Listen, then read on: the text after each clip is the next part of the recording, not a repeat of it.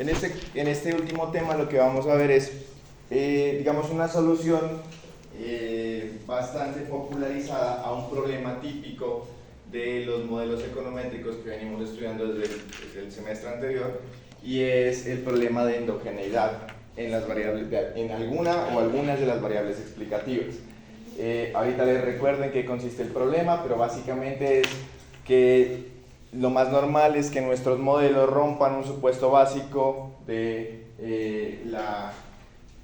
los modelos de regresión lineal, y es que, si ustedes creo que recuerdan, era el supuesto número 4 de regresión lineal múltiple, que Goodrich denomina como RLM4, dice que no debe existir relación entre el término de error y las X, porque si esta relación debe ser igual a 0, porque si esa relación o esa correlación es distinta de 0, pues lo que significa es que el error y las variables explicativas están correlacionadas, y los estimadores que se obtengan a partir del rompimiento de ese supuesto van a estar sesgados. ¿Sí? Este supuesto es fundamental para poder demostrar el insesgamiento de los estimadores que obtengamos, de los betas. ¿Sí? Es decir, esta idea de que nuestro beta estimado, por ejemplo para la variable j, a la larga converge al verdadero beta, ¿no? Al beta poblacional. Si eso no se cumple, si esa correlación existe entre el término de error y las variables x, los betas van a estar sesgados. Y no solamente el beta que acompañe a la variable de interés. En este modelo, por ejemplo, y sub i igual a beta 0 más beta 1, x sub 1 más beta 2, x sub 2, más un término de error. Si esta correlación no existe, por ejemplo, entre x sub i y el término de error, no solamente el estimador de este beta 1 va a estar sesgado, sino también este beta 0 y también este beta 2. ¿Sí? Entonces es un problema bastante grave, pues el que ocurra o se rompa ese supuesto, ¿de acuerdo? Entonces, todo lo que hemos, digamos, buena parte de los modelos que hemos estudiado tienen este problema. ¿Sí? Tienen este problema porque si suponemos, por ejemplo, que y sub i es el salario de la persona, que x sub 1 es el nivel educativo y x sub 2 es la experiencia, pues hay más cosas que la educación y la experiencia que pueden explicar el salario, y que yo lo estoy dejando en este término de error. Y muy probablemente esas cosas están relacionadas con la educación o están relacionadas con la experiencia. Entonces es muy probable que nuestros modelos, pues, bueno, digamos, en el propósito de ganar en simplicidad, pues pasen por alto problemas como este. Entonces, una variable típica, por ejemplo, que vamos a trabajar mucho con los ejemplos de Goodrich, es las habilidades innatas. ¿Sí? Es decir, la idea de que por naturaleza o por genética o a veces hasta por azar, hay gente que es más capaz, es más inteligente que otra. ¿Sí? Hay gente que es más buena para hacer ciertas cosas que otras personas. Y eso no lo estoy midiendo, eso lo estoy dejando en el término de error. Entonces, por ejemplo, supongamos a alguien que por nacimiento, por naturaleza, por genética o lo que sea, o por simple azar, es más inteligente que otra persona. Pues muy probablemente esa persona que tiene más habilidades innatas va a tener también mayores niveles educativos, porque entiende el valor de la educación, porque le es más fácil avanzar en los niveles o en el sistema educativo. Entonces, al contrario de alguien que no es bueno, por ejemplo, resolviendo problemas matemáticos o leyendo, o sea, en pocas palabras, no tiene tantas habilidades innatas. Esa persona va a tener menos niveles educativos. Es decir, hay una variable aquí que se llama habilidades innatas relacionada con la educación, y como la estoy dejando en el término de error, está rompiendo este supuesto que dice que no debe haber correlación entre el término de error y mis variables explicativas. Si yo dejo esto así, sin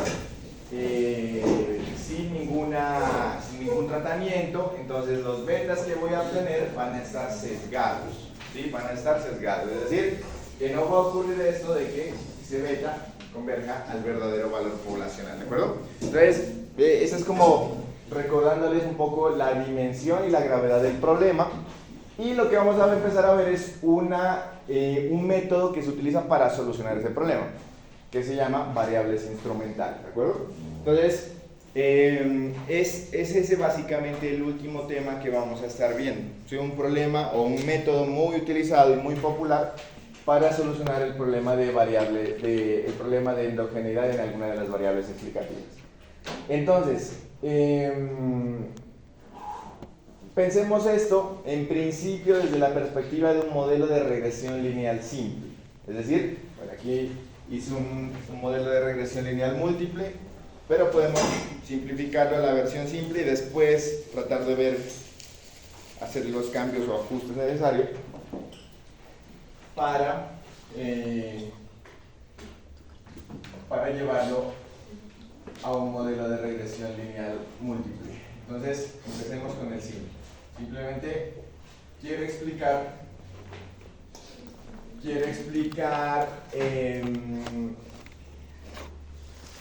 a y en función de una sola variable explicativa, ¿perdón? Y esa variable explicativa, si quieren ponerle algún nombre, bueno, quiero explicar el salario en función de la educación, ¿de acuerdo? Ahorita no voy a meter más variables explicativas. Entonces, lo que les venía comentando es, supongamos que yo quiero explicar esta relación salario en función de educación. Yo lo que sé es que hay otras variables que pueden afectar esa relación y que en principio estoy manteniendo en el término de error. Entonces, imaginemos que hay una segunda variable que se llama habilidades innatas, ¿sí? Ahí es la variable que va a representar a las variables innatas. Esta idea que les venía comentando de que por naturaleza hay gente que es más capaz que otra. Tiene mejores capacidades cognitivas, sabe hacer mejor algunas cosas, sabe leer mejor, sabe escribir mejor, sabe resolver problemas matemáticos mejor. Y es por naturaleza, ¿sí? Entonces, yo no tengo una variable o no tengo una forma de medir eso, ¿sí? Aquí el coeficiente intelectual, que podría ser una proxy, no está incorporado. Entonces, en principio, el verdadero modelo poblacional tendría dos variables explicativas, pero la imposibilidad de que yo pueda utilizar a la variable o observar a la variable hábil me obliga a que yo formule el modelo 2, que es el que tengo aquí. O sea, dejo a las habilidades en el término de error, ¿de acuerdo? Entonces, la idea es, el verdadero modelo debería incluir a las habilidades para que los estimadores no estén sesgados. Pero como no tengo información, ¿sí? Esa va a ser una variable inobservada, una variable omitida, y se va a quedar en el término de error. O sea que el modelo que yo voy a terminar formulando o proponiendo simplemente va a ser el salario en función de la educación, ¿de acuerdo? Entonces, la pregunta es, para mí podría ser algo, digamos, relativamente simple. En principio podría pensar, lo único que no estoy obteniendo es el beta de la variable habilidades, ¿sí? Pero aquí el problema es, pues les recuerdo el problema aquí, que lo vimos el semestre pasado, es que las implicaciones de ese problema son bastante graves, porque este supuesto es fundamental para demostrar insesgamiento, ¿sí? Que es pues la parte o una parte esencial de Gauss-Markov. Recuerden que para demostrar Gauss-Markov se requería el supuesto 1, que era linealidad en los parámetros, el supuesto 2, que era que los datos deben provenir de un muestreo aleatorio, un supuesto 3, que era que no puede haber colinealidad perfecta, el supuesto 4, que es el supuesto de exogeneidad, es decir, que tiene que ocurrir esto, las X no deben estar correlacionadas con el término de error, y me parece que había, bueno, y estos son fundamentalmente los que yo necesito para demostrar esta primera idea, ¿no? El insesgamiento, esos primeros 4. Después había un supuesto siguiente, que era el que tenía que ver con la homoselasticidad de los términos o de los residuos, ¿sí? Y ya no se necesitaba ese supuesto para demostrar ensesgamiento, sino para calcular la varianza de los estimadores y poder comprobar que el estimador es el de varianza mínima, es decir, es el más eficiente. Entonces Gauss-Markov son dos cosas, ¿no? Asegura que los betas que yo obtengo están no solamente insesgados, sino que además son los de varianza mínima. Y para demostrar la varianza, pues se necesita este quinto supuesto. Pero para demostrar insesgamiento solamente se necesitaban estos cuatro supuestos.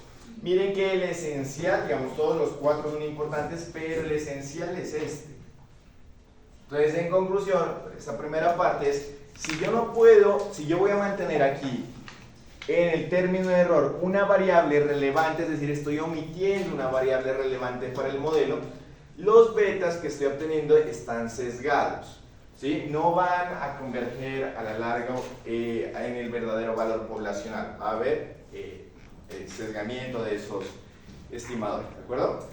Entonces, ante ese problema, que es el problema típico de MCO, pues si yo paso por alto eso y estimo por MCO, los betas que salgan, el beta 0 y el beta 1 van a estar sesgados, ¿de acuerdo? No van a ser los verdaderos valores poblacionales. En pocas palabras, pues son falsos, ¿no?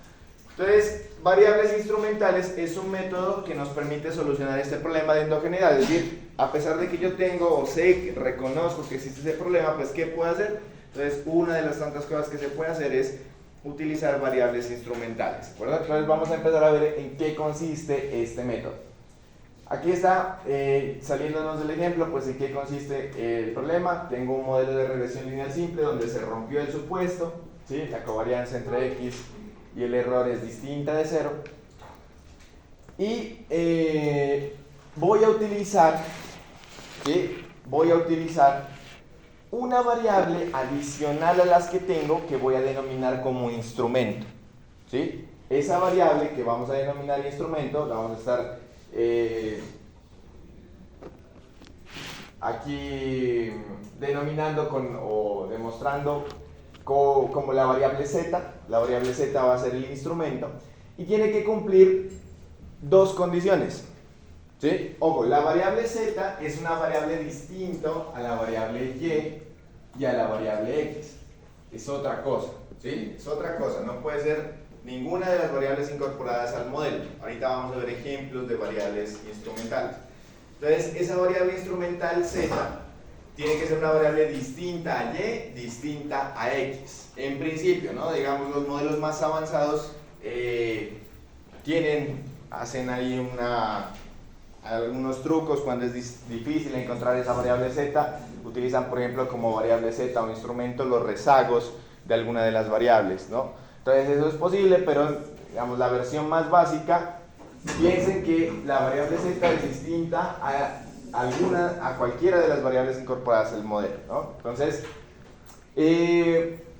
esa variable z la denominamos instrumento, y el instrumento, para poder ser instrumento, ¿sí? Para poder ser un instrumento que me sirva para aplicar el método de variables instrumentales y resolver parcialmente o digamos los problemas que yo tenga de endogeneidad, tiene que cumplir dos condiciones que son importantísimas, ¿sí? Porque si no, cualquier cosa podría ser instrumento, cualquier cosa podría funcionar como variable instrumental. Entonces, estas dos condiciones son importantísimas. Primero, el instrumento, ¿sí? Es decir, la variable z, no puede estar correlacionada con el error, ¿sí? No puede haber correlación entre z, que es mi instrumento, y u, que es el término de error. Entonces, pongamos acá como que se resume, y es el instrumento tiene que ser exógeno, ¿sí? 100% exógeno. Es el supuesto de exogeneidad o la característica o condición de exogeneidad del instrumento. Entonces, ¿cómo lo voy a representar? Pues no puede haber ninguna correlación entre el